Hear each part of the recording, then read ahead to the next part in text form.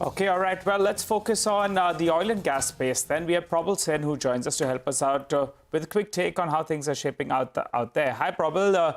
Good morning, and thanks a lot for joining in. Well, we had ONGC's numbers. As per your reading, how was it, and what's the view on the stock from here on?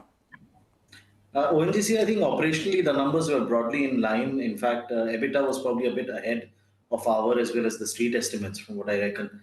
On the net earnings line, obviously, there's a few line items that we'll have to still look at in the call. I think depreciation plus exploration write-offs were perhaps a bit higher than what we were anticipating. So for that reason, net earnings probably missed estimates a bit. As far as the stock is concerned, I think, we've maintained this for a while that it's a very binary situation as far as the stock is concerned.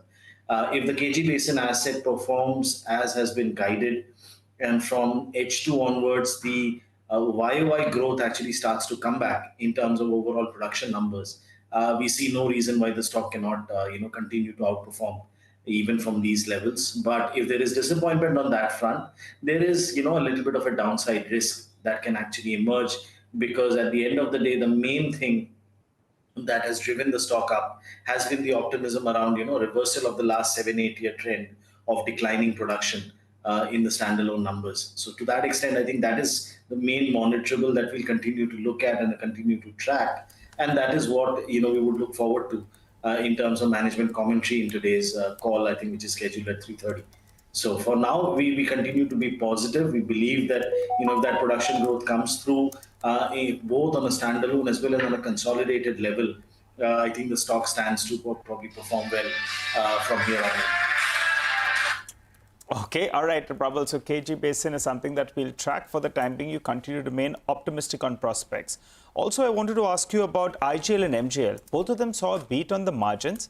But do you think there's a risk on the volume parameter from here on? And what's the view on both these two names?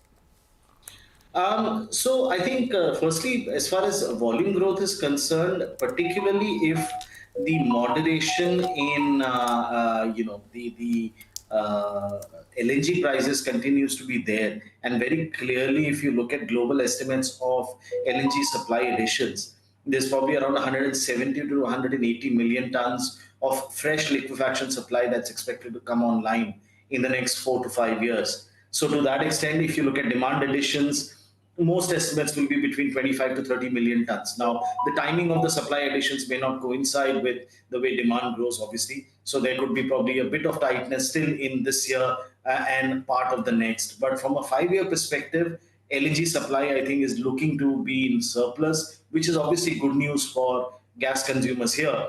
Because at the end of the day, whatever growth has happened in domestic supply, we still will continue to import between 45 to 55% of our requirements from the LNG route.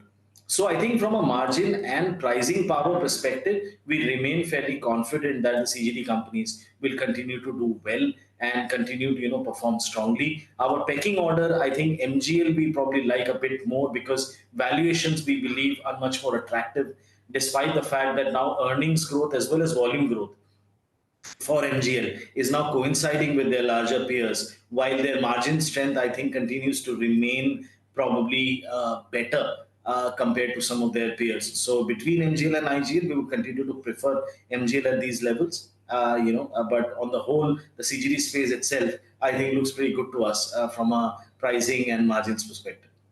Okay, thanks a lot for that, Probal. Have a great day. That's the word coming in on some of these oil and gas stocks. But let's get